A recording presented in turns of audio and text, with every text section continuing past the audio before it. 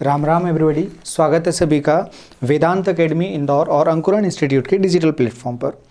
हम लोग डिस्कस करने वाले हैं 20 मार्च को हुए पेपर में आए क्वेश्चंस, और क्वेश्चंस जो आ रहे हैं बिल्कुल ऑर्गेनिक क्वेश्चंस हैं जो एग्ज़ाम में पूछे गए हैं। वो क्वेश्चंस मैक्सिमम क्वेश्चंस आपको प्रोवाइड करने की कोशिश की जाएगी यहाँ पर, और आपको ये भी समझाया जाएगा पेपर किस तरह से आपको अटेम्प्ट करना है, आपको वहाँ पर मेंटली किस तरह से प्रेजेंट रहना है, और जो साइकोलॉजिकल एज है वो किस तरह से लेना है, आपको किस तरह से दिमागी तौर पर तैयार रहना है पेपर के लिए। हम स्टार्ट करते हैं डिस्कस करना क्वेश्चंस। यहाँ पर जो हमें क्वेश्चंस मिले हैं वो मिक्स्ड फॉर्म में मिले हैं, सेक्शन वाइज नहीं मिले हैं, तो हम मिक्स्ड फॉर्म में ही डिस्कस करेंगे। नंबर ऑफ क्वेश्चंस सफिशिएंट है तो हम डिस्कस करते जाते हैं। सबसे पहले हमसे पूछा, पहला क्वेश्चन तवा बांध को लेकर पूछा गया, तवा बांध कहाँ पर है। अब तवा बांध से आता है कि ये एमपी के क्वेश्चंस हैं, तो एमपी के नंबर ऑफ क्वेश्चंस अब बढ़ गए हैं, नंबर ऑफ क्वेश्चंस ज़्यादा हो गए हैं, तो थोड़ा सा निश्चिंत आप हो सकते हैं कि बाहर के कैंडिडेट्स को वहाँ पर यहाँ पर बहुत फ़ायदा नहीं मिलेगा। तो तवा बांध कहाँ पर है, तवा बांध है होशंगाबाद में। फिर उसके बाद पूछा दूसरा, इनसेट से रिलेटेड क्वेश्चन एक पूछा गया, एग्जैक्ट क्वेश्चन नहीं मिला था, बस यही मिला था, इनसेट से रिलेटेड क्वेश्चन पूछा गया। मतलब जो ऑनलाइन या जो अपनी स्पेस एजेंसीज़ हैं उन पर क्वेश्चंस पूछे जा रहे हैं और वो लगातार देखने को मिल रहा है। तीसरा क्वेश्चन पूछा गया साथी योजना, साथी योजना। अब ये साथी योजना का फुल फॉर्म पूछा गया था, क्या था वो क्लियर नहीं है। साथी योजना का full form sophisticated analytical and technical help institute, ये फुल फॉर्म इसका होता है। एग्जैक्ट नहीं पता क्या पूछा गया था, स्टूडेंट को याद नहीं रहा था। फिर पूछा गया कैल्शियम कार्बोनेट CaCO3 का प्रचलित रूप क्या होता है, नमक, शक्कर, चौक या इनमें से कोई नहीं। फोर्थ ऑप्शन नहीं पता है, नमक, शक्कर या चौक। तो यहाँ आंसर होगा चौक। जो लिखने का चौक होता है वो चूना होता है। कैल्शियम कार्बोनेट सुनते ही आपके दिमाग में सबसे पहले दौड़ा होगा चूना, लेकिन चूना ऑप्शन ना देकर यहाँ पर हमें चौक ऑप्शन दे रहा था। देन उसके बाद हम देखें आगे, अगला क्वेश्चन पूछा था अम्ल में क्या पाया जाता है, अम्ल में क्या पाया जाता है, अम्ल में क्या पाया जाता है। तो अम्ल में ऑप्शन दे रहा था, कार्बन पाया जाता है, हाइड्रोजन आयन पाया जाता है, ऑक्सीजन पाया जाता है। डी ऑप्शन अपन को पता नहीं था, तो यहाँ पर हमारा आंसर होगा हाइड्रोजन आयन। कैटायन के फॉर्म में, एनायन के फॉर्म में हाइड्रोजन आयन पाया जाता है।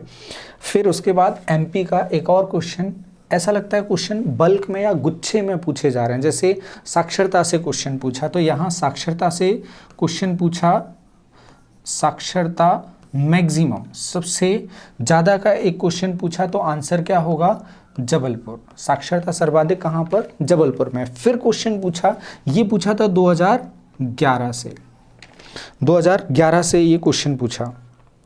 फिर एक क्वेश्चन पूछा साक्षरता न्यूनतम, साक्षरता न्यूनतम, साक्षरता न्यूनतम, ये क्वेश्चन पूछा 2001 से।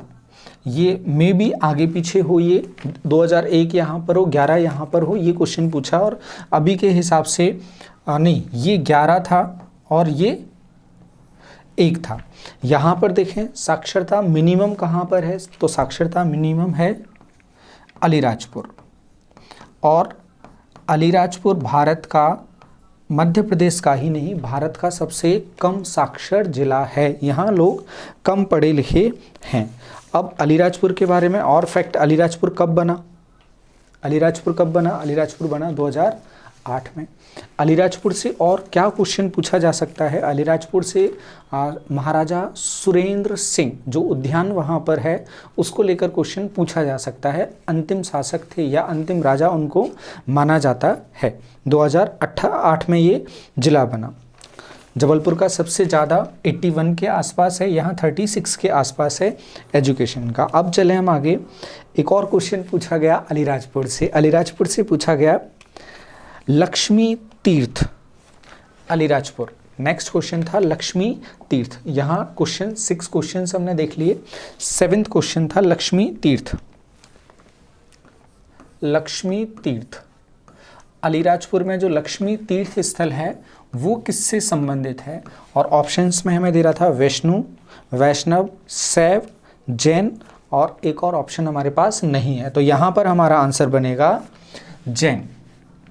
जैन तीर्थ स्थल है लक्ष्मी तीर्थ, लक्ष्मी तीर्थ। अगला क्वेश्चन, क्वेश्चन नंबर 8 जो हमसे पूछा गया, वो पूछा गया शरीर के अंगों के अध्ययन को क्या कहा जाता है साइंस में? शरीर के अंगों के अध्ययन को क्या कहा जाता है? शरीर के अंगों के अध्ययन को, तो अंगों के अध्ययन को क्या कहा जाएगा? अंगों के अध्ययन को अध्ययन, 4 ऑप्शंस नहीं थे, लेकिन एनाटॉमी कहा जाता है, ये आंसर होगा एनाटॉमी। एक और क्वेश्चन था ब्रांच को ही लेकर साइंस में, दोनों क्वेश्चन एक साथ। एक और था जंतु व पादप सही के क्रम के सही अध्ययन को, जंतु व पादप के क्रम के अध्ययन को, इसे कहा जाता है सिस्टेमिक, इसे कहा जाता है सिस्टेमिक। फिर उसके बाद और क्वेश्चन क्या पूछा गया? इकोलॉजी शब्द किसने दिया? इकोलॉजी शब्द किसने दिया? ये बहुत ज़्यादा पूछा जाने वाला क्वेश्चन है। इकोलॉजी टर्म किसने दिया? तो इकोलॉजी टर्म किसने दिया? अर्नेस्ट हैकल, अर्नेस्ट हैकल ने दिया था इकोलॉजी टर्म। फिर उसके बाद किसी आयत की लंबाई, अब ये थोड़ा सा एनालिटिकल क्वेश्चन, या फिर थोड़ा देखकर भी समझोगे, पढ़कर भी समझोगे तो भी इसका आंसर आप आराम से निकाल सकते हो। क्वेश्चन क्या पूछा था? 11th क्वेश्चन वो हमसे बोल रहा था किसी आयत की लंबाई उसकी चौड़ाई से 5 सेंटीमीटर अधिक है यदि आयत का क्षेत्रफल 66 है। लंबाई चौड़ाई से 5 सेंटीमीटर प्लस है और क्षेत्रफल दे रहा है वो हमें 66, वो कुछ ऐसा बना रहा है, ये x+5 और ये x, और ये दे रहा है 66। अगर हम 66 को ही ब्रेक करके देखें तो ये क्या बनेगा? 6 × 11। मोटा मोटा अंदाजा यदि आपसे बोला जाए 66 को तोड़ो 2 संख्याओं के गुणा के रूप में, तो सबसे पहले जो आएगा सर 11 छक्के 66 होता है, तो 11 × 6। इनमें डिफरेंस देखो कितने का है? 5 का है। और हमें पता चल गया हमारा काम ये हो गया, 6 चौड़ाई और 11 लंबाई, और हमसे पूछ रहा है परिमाप। तो 11 और 11 22, 6 और 6 12, 22 और 12 कितना हो जाएगा? 22 और 12 हो जाएगा 34, और इसमें परिमाप पूछा था, ये हमारा आंसर बन रहा था। ये एग्जैक्ट क्वेश्चन मिल गया था मेंसुरेशन से। नेक्स्ट क्वेश्चन की तरफ हम चलें। 12वां क्वेश्चन था पांडव मध्य प्रदेश के किस स्थान पर, पांडवों ने किस स्थान पर निवास किया था? तो ये पांडव से रिलेटेड क्वेश्चन पूछा गया था। एग्जैक्ट इसके ऑप्शंस क्या थे ये क्लियर नहीं है। देखो इसमें सतना, भोपाल वगैरह ऑप्शन है। अगर रायसेन आता है, भीमबेटका की जो गुफाएं हैं वो वहाँ पर भी वो रुके थे। तो पांडव से रिलेटेड क्वेश्चन अपन मान लेते हैं, पांडवों से रिलेटेड क्वेश्चन पूछा गया। अगले क्वेश्चन की तरफ हम चलें तो अगला क्वेश्चन पूछा था माँ शारदा का मंदिर कहाँ स्थित है? ये पर्यटन से क्वेश्चन पूछा था और तीर्थ स्थल से, दोनों से मिला के था। तो शारदा माता का मंदिर कहाँ पर है? मैहर। किस जिले में? सतना में। तो ऑप्शन में मैहर अवेलेबल था, मैहर, और अगर जिला पूछता तो जिला हो जाता सतना, और यही स्थान आला उदल के अखाड़े से भी संबंधित है। तो 13 क्वेश्चन हमने डिस्कस कर लिए हैं। क्वेश्चन नंबर 14, क्वेश्चन नंबर 14 में हमसे पूछा गया था रावण की पत्नी का घर कहाँ था? रावण की पत्नी का घर कहाँ था? ये मध्य प्रदेश से क्वेश्चन पूछा गया। रावण की पत्नी का नाम था मंदोदरी, और मंदोदरी के नाम पर बना मंदसौर। तो मंदसौर रावण की पत्नी का गांव या मायका था, मंदसौर, मंदोदरी, और वहां पर रावण की पूजा की जाती है। नेक्स्ट क्वेश्चन 15 और 16 दो क्वेश्चन मैट्रिक्स से पूछे गए थे। आप लोग मैट्रिक्स को तैयार कर लेना, और नहीं मिलता है आपको बहुत जल्दी नेक्स्ट डे में, इस वीडियो के नेक्स्ट डे तक आपको मैट्रिक्स अवेलेबल हो जाएगा, जो बहुत इजी होता है। रीजनिंग में नंबर ऑफ क्वेश्चन 40 के आसपास आ रहे हैं, तो 15 और 16 क्वेश्चन मैट्रिक्स से आप लेकर चलें। 17th क्वेश्चन दे रहा है वो पाई चार्ट से। अब ये पाई चार्ट क्या होता है, आपको वैसे डीआई का पूरा वीडियो बनाकर दे दिया है। सबसे ज़्यादा पाई चार्ट के क्वेश्चंस पूछे गए हैं, और इसमें जो क्वेश्चन पूछा गया है वो पूछा गया है डिग्री बेस्ड। तो डिग्री बेस्ड क्वेश्चन में आपको क्या करना है, कुछ भी ज़्यादा नहीं करना है। जिसके बारे में बोला जाए गिवन ऊपर लिख दो और नीचे लिख दो 360 डिग्री, ये मिल जाएगा आपको पार्ट। क्योंकि पूरा कितना होता है 360 डिग्री, जैसे परसेंटेज में पूरा कितना होता है 100। अगर यहाँ 20% है तो आप क्या बोलोगे 20/100। वैसे ही डिग्री में पूरा कितना होता है 360। तो जितना डिग्री वो बोलेगा, जैसे जो डाटा मिला था डिग्री में वो 56 या 57 पॉइंट समथिंग मिला था, तो उसी के परसेंटेज के बारे में 2 को जोड़कर परसेंट निकालना था, तो वो पार्ट निकल आएगा, इंटू 100 कर देंगे तो उसका परसेंट निकल आएगा। उम्मीद है आपको ये क्लियर हो गया होगा। Question number 17। अब उसके बाद आगे चलें। अगला क्वेश्चन बोल रहा था, एक प्लेटफॉर्म को लेकर क्वेश्चन दिया था। अब जो स्पीड का टॉपिक था उसको थोड़ा सा चेंज करके यहाँ पर वो लेकर आ गया है ट्रेन में। तो अगला क्वेश्चन 17 के बाद 18th क्वेश्चन ट्रेन से, और बहुत सिंपल सा फेमस सा क्वेश्चन, जो 144 मीटर प्लेटफॉर्म वाला जो क्वेश्चन है, बड़ा फेमस सा क्वेश्चन है। वही क्वेश्चन यहाँ पर रिपीट हुआ था। 2 मिनट में ट्रेन प्लेटफॉर्म को पार कर जाती है। ट्रेन की लंबाई के बारे में पूछा था, शायद 2000 मीटर के आसपास आंसर बनता है, शायद 2 किलोमीटर शायद। लेकिन ये बस इतना ही था मिला हमें कि ये क्वेश्चन पूछा गया है, और लगभग सभी बुक में आपको ये क्वेश्चन मिल जाएगा, तो ज़्यादा परेशान होने की भी ज़रूरत नहीं होगी। नेक्स्ट क्वेश्चन 19 क्वेश्चन सिंप्लीफिकेशन से पूछा। a प्लस, रीजनिंग में भी ले सकते हैं, plus b minus C divided by d, व d को x लिखा जाता है is equal to d something था, इसको x लिखा जाता है, वैसा कुछ लिया। तो निम्न को सॉल्व कीजिए, वो सॉल्व करने वाला स्टेटमेंट आ जाता है। इसे मिलाकर अगर ये बोलेंगे तो सॉल्व करके कौन सा ऑप्शन ठीक दिया है, वैसा एक क्वेश्चन पूछा गया था रीजनिंग में ये। फिर m n से बड़ा है ये, और रीजनिंग या मैथ से हम मानकर चलें m is greater than n, p is equal to 10। फिर m प्लस n का मान ज्ञात करना है, m प्लस n का मान बताना है, और ऑप्शन में m प्लस n का मान दे रहा था, p प्लस माइनस समथिंग, इस तरह से वो ऑप्शंस दे रहा था। एग्जैक्ट क्वेश्चन नहीं था, मतलब ये जो कंपैरिजन वाले क्वेश्चंस हैं वहाँ से भी क्वेश्चंस पूछे जा रहे हैं। आप इसको इतना लेकर चलें, एग्जैक्ट क्वेश्चन की तरफ जाने से बेहतर है हम टाइप को समझें, वो किन टाइप्स को कवर कर रहा है। तो ये कंपैरिजन के क्वेश्चंस वो पूछ रहा है रीजनिंग में। फिर हम देखें जीएस में वापस आएँ, साइंस में चले हम। 21st क्वेश्चन, 21वां क्वेश्चन, ऑक्सीजन की खोज। ऑक्सीजन की खोज किसने की? ऑक्सीजन की खोज प्रीस्टले। ऑक्सीजन की खोज प्रीस्टले। कहीं पर प्रिस्ले भी मिलता है, तो दोनों आंसर है, चलेगा। नेक्स्ट क्वेश्चन की तरफ चलें। हाइड्रोजन बम की खोज, 22वां question, hydrogen bomb, H2 bomb. H2 bomb की खोज किसने की? तो हाइड्रोजन बॉम्ब की खोज किसने की? Edward Teller. Edward Teller, Edward Teller. ये आंसर हम बता रहे हैं, आंसर से मतलब नहीं है, लेकिन आप जो खोज हैं वो बहुत अच्छे से तैयार करके रखोगे। इन द केस आपकी जो लक है वो बहुत अच्छी होगी, तो आप लोगों को खोज का क्वेश्चन मिल जाएगा, तो आप बाकी सारी खोज तैयार करके रखें। ये हो गया क्वेश्चन अपना 22। 23 फिर से एक और खोज का क्वेश्चन या फादर का question. Computer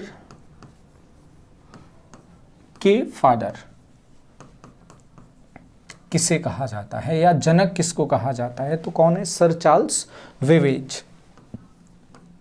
sir Charles Babbage को कहा जाता है। फिर उसके बाद 23 के बाद 24वां क्वेश्चन पूछा गया प्रत्यक्ष कर। उसने 4 ऑप्शंस दिए और 4 ऑप्शंस में अलग अलग मद दी गई, डायरेक्ट टैक्स उसमें अलग अलग मद दी गई, इनकम टैक्स दिया गया, सर्विस टैक्स दिया गया, ऐसे ऐसे 4 ऑप्शंस दिए थे। उसमें पूछा था प्रत्यक्ष कर कौन सा है। तो प्रत्यक्ष और अप्रत्यक्ष कर में आने वाली जो मदें हैं वो आप याद करके जाएंगे, बिल्कुल पूछा जाने वाला मैनेजमेंट में एक अच्छा क्वेश्चन मान सकते हैं डायरेक्ट टैक्स का। फिर नेक्स्ट चलें, इसके ऑप्शंस नहीं है तो आंसर पर भी नहीं जाएंगे अपन। नेक्स्ट क्वेश्चन 25 क्वेश्चन पूछा गया टोपोलॉजी से।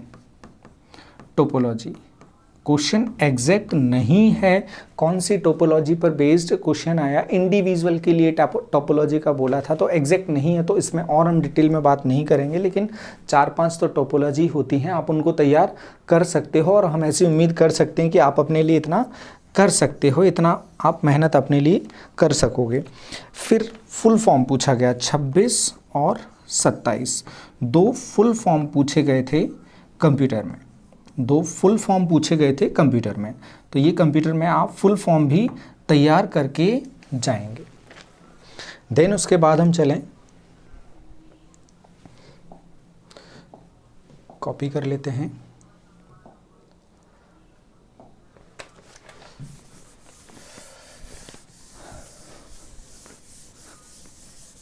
और क्वेश्चंस देखो, अच्छे क्वेश्चंस हैं और आप लोग को क्या करना है वो भी आपको समझाया जाएगा कि आप क्या स्ट्रेटजी फॉलो करो, आपके लिए थोड़ी सी कहानी आसान रहे। तो चलते हैं, हम देखते हैं अब।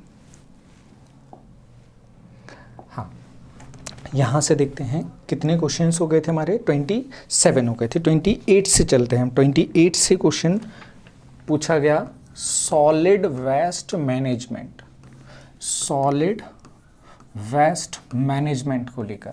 अब सॉलिड वेस्ट मैनेजमेंट पूछा गया, अब इस पर एग्जैक्ट क्या था, लेकिन इस टॉपिक पर बेस्ड क्वेश्चन पूछा गया था। और इसके साथ में पूछा गया municipal corporation, municipal corporation, municipal corporation, नगर निगम को लेकर, नगर निगम को लेकर। में भी हो सकता है मध्य प्रदेश में इंदौर सबसे स्वच्छ शहर है जहां पर सॉलिड वेस्ट मैनेजमेंट किया जाता है, तो म्युनिसिपल कॉरपोरेशन को लेकर पूछा जा सकता है। दूसरा, आपका अगर वैकेंसी का नोटिफिकेशन आप उठाकर देखोगे तो उसमें म्युनिसिपल कॉरपोरेशन की बहुत सारी पोस्ट हैं, तो म्युनिसिपल कॉरपोरेशन का क्वेश्चन पूछा जाना कोई आश्चर्य की बात यहाँ पर नहीं है। 2 क्वेश्चन जहां तक है बोला गया सर 2 क्वेश्चन म्युनिसिपल कॉरपोरेशन नगर निगम से देखने को मिले, तो आश्चर्य की बात यहां पर नहीं मानी जाएगी मैनेजमेंट को लेकर। एक और हिस्ट्री का क्वेश्चन, 30th क्वेश्चन हम बोले, हिस्ट्री से ये क्वेश्चन पूछा था और हिस्ट्री के इस क्वेश्चन में वो दे रहा था कूट, मिलान करो, कौन सी घटना कब हुई थी, 1930 का, 1909, 1907 में कब क्या हुआ था, किसी का गठन हुआ था, विभाजन वगैरह, इस तरह का क्वेश्चन हिस्ट्री में पूछा गया था।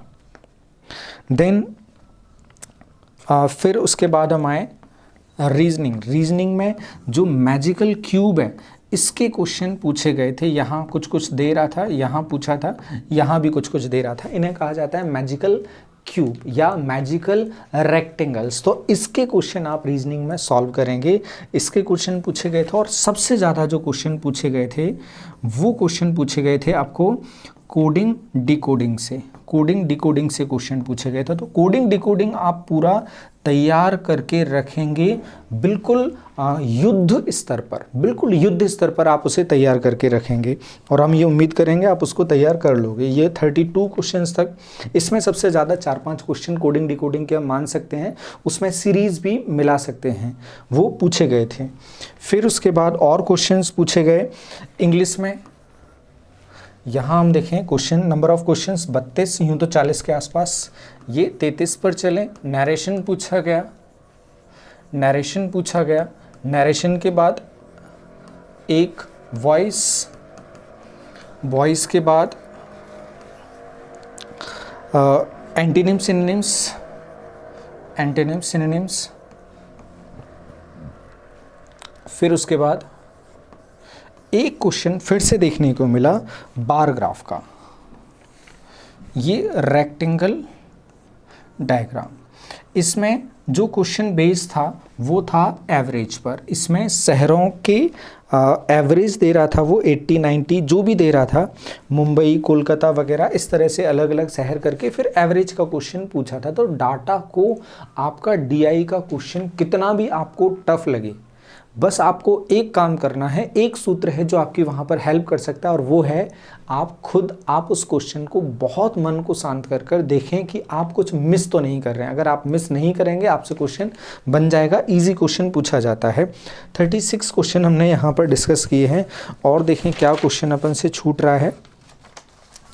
फिर पूछा गया एक घन का क्षेत्रफल, 36 हमने डिस्कस किए। 37 घन का क्षेत्रफल, अब वो मेंसुरेशन में जाते जा रहा है। जैसा हमने पहले भी कहा था, मेंसुरेशन से उम्मीद ज़्यादा क्वेश्चंस की, और वो ज़्यादा बढ़ते जा रहे हैं, एक एक करके आते जा रहे हैं क्वेश्चंस।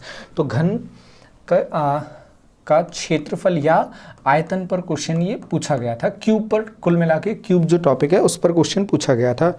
उसकी भुजा ज्ञात कीजिए, जो दिया था वो तैयार करना है हमें। फिर उसके बाद पूछा था कंप्यूटर में कंप्यूटर की प्रथम भाषा, कंप्यूटर की प्रथम भाषा, तमाम सारे ऑप्शंस दिए थे, ऑप्शंस अवेलेबल नहीं हुए हैं, बस लैंग्वेज पर क्वेश्चन आया था, ये आपको पता चल जाएगा। फिर प्रायिकता पर पता चला है हमें 37 के बाद 38, 40, 39 और 40, ये प्रायिकता पर क्वेश्चन। प्रायिकता पर एक सीधा क्वेश्चन बोला गया, एक सीधा प्रायिकता पर था, एक था permutation and combination plus probability. इस तरह से दो प्रायिकता पर क्वेश्चंस बोले गए हैं कि पूछे गए हैं ये दो question. Next question number 41, question number 41 बताया गया अंटार्कटिका पर ओजोन छिद्र। फिर से एक पेज और ऐड कर लेते हैं। अंटार्कटिका पर ओजोन छिद्र को लेकर क्वेश्चन पूछा गया। 41 से हम देखें, अंटार्कटिका पर ओजोन छिद्र का कारण पूछा गया था। ओजोन O3 का कारण अंटार्कटिका पर, तो अंटार्कटिका पर ऑप्शन में CFC भी दे रहा था, तो यहाँ हमारा आंसर होगा CFC का संकेंद्रण होने की वजह से वहाँ पर ओजोन छिद्र देखने को मिलता है, ओजोन का डिप्लीशन देखने को मिलता है। फिर उसके बाद वेस्ट वाटर ट्रीटमेंट नदी नाली में छोड़ने से पहले उपचारित किस तरह से किया जाता है, या सीवेज ट्रीटमेंट। फिर से देखो, अब आपको आश्चर्यचकित नहीं होना है, तो 42 में क्वेश्चन में पूछा सीवेज ट्रीटमेंट को लेकर ये क्वेश्चन पूछा गया। नगर निगम की वैकेंसी है तो पूछा जाना स्वाभाविक है। नेक्स्ट क्वेश्चन पूछा गया वाच्य पहचानिए। वाच्य से हिंदी में दो क्वेश्चन पूछे गए, वाच्य पहचानिए, दो क्वेश्चन इससे पूछे गए। 44 पर हम चलें। कर्मधारय समास से क्वेश्चन पूछा गया एक। नेक्स्ट क्वेश्चन 44 के बाद अगला क्वेश्चन 45th क्वेश्चन पूछा गया। 45th क्वेश्चन पूछा गया निर्वेद किसका स्थायी भाव है, किस रस का। निर्वेद किस रस का स्थायी भाव है, निर्वेद भाव के बारे में पूछा गया। तो निर्वेद किसका है, शांत रस का स्थायी भाव है। हिंदी हमारी बहुत अच्छी नहीं है, ये क्वेश्चन पूछा गया निर्वेद भाव। तो रस भी पूछा जा रहा है, अलंकार भी पूछा जा रहा है, ये हम ध्यान रखेंगे। टॉपिक हमें पता चल रहा है, समास भी पूछा जा रहा है। एक क्वेश्चन पूछा था अनुप्रास अलंकार से, अनुप्रास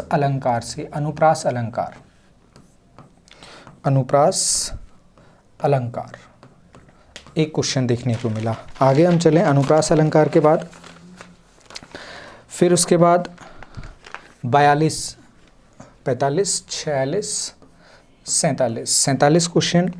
माला फेरत जुग गया,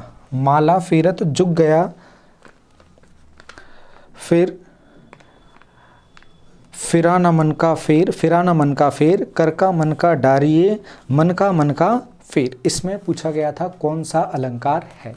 तो ये कनक कनकते सौगुने जैसे, उसमें यमक अलंकार होगा, यमक अलंकार। तो अलंकार का एक और क्वेश्चन यहाँ देखने को मिला, एक अनुप्रास का देखने को मिला, एक यमक का देखने को मिला।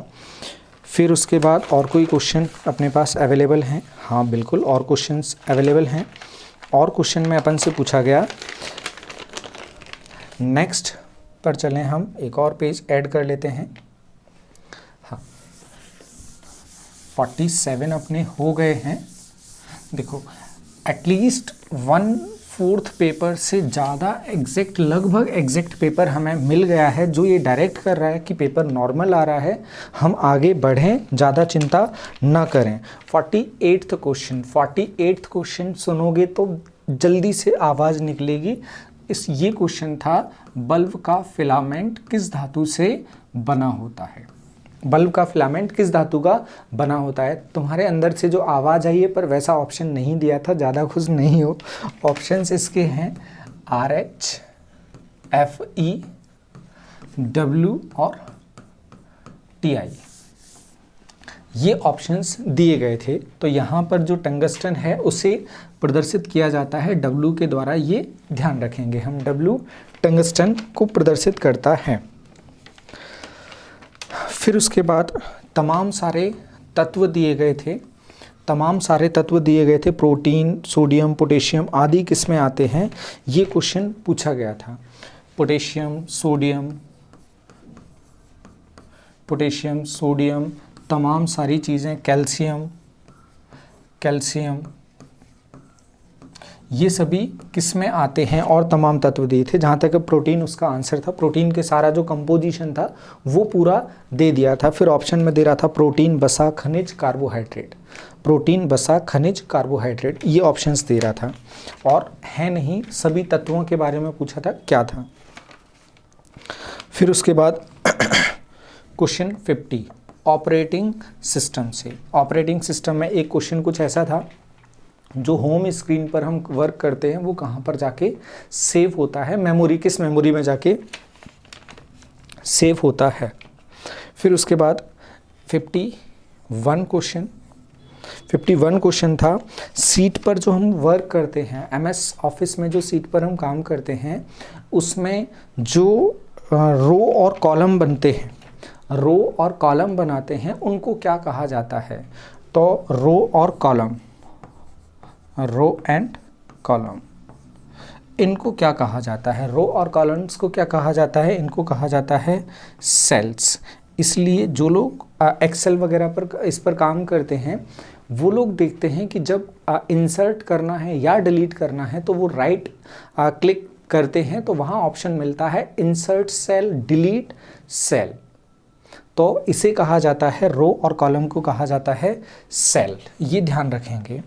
फिर और क्वेश्चन ये 51, 52 में पूछा था WWT का full form. WWT world wide technology.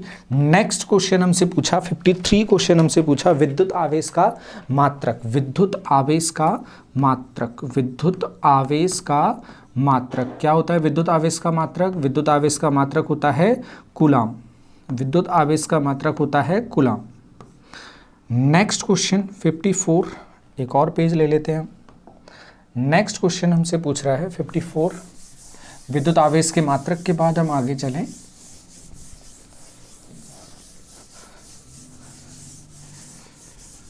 $54, $55 whatever, 54 ले लेते हैं हम इसको। 54 पे फिर हमसे पूछ रहा है किसमें कार्बन पाया जाता है। किसमें कार्बन पाया जाता है, इजी क्वेश्चन पूछा ये। किसमें कार्बन पाया जाता है, ऑप्शन में दे रहा है। ऑप्शन में हमें दिया हीरा, ग्रेफाइट, एक और कोई कार्बन का अपर रूप दिया हीरा, ग्रेफाइट, और एक और कोई अपर रूप दिया, उसके बाद दिया ऑल ऑफ दीज। और एमपी में अगर ऑल ऑफ दीज मिल जाता है तो हमें ऑल ऑफ दीज पर चले जाना चाहिए, वहाँ पर मैक्सिमम टाइम यही आंसर हमारा होता है। अगले क्वेश्चन की तरफ हम चलें। अगला क्वेश्चन फिर पूछा उनने भारत का सबसे छोटा बायोस्फीयर रिजर्व, भारत का सबसे छोटा जैव आरक्षित क्षेत्र, बायोस्फीयर रिजर्व, जैव आरक्षित क्षेत्र। तो भारत का सबसे छोटा जैव आरक्षित क्षेत्र है डिब्रू सखोवा, जो कहाँ पर है? डिब्रू सखोवा, असम में, डिब्रू सखोवा असम में। और यहीं से फिर से एक और क्वेश्चन पूछा था, मध्य प्रदेश का, एमपी का पहला बायोस्फीयर रिजर्व का पहला बायोस्फीयर रिजर्व। और बायोस्फीयर रिजर्व बहुत इंपॉर्टेंट टॉपिक है, टोटल 18 रिजर्व हैं। और एग्जैक्ट यही क्वेश्चन भारत में कुल कितने बायोस्फीयर रिजर्व हैं, ये एमपीपीएससी मेंस में फॉरेस्ट में अभी रिसेंट में पूछा गया। तो मध्य प्रदेश में बायोस्फीयर रिजर्व को लेकर बहुत सारे क्वेश्चंस पूछे जाते हैं। तो यहाँ पर कौन सा होगा?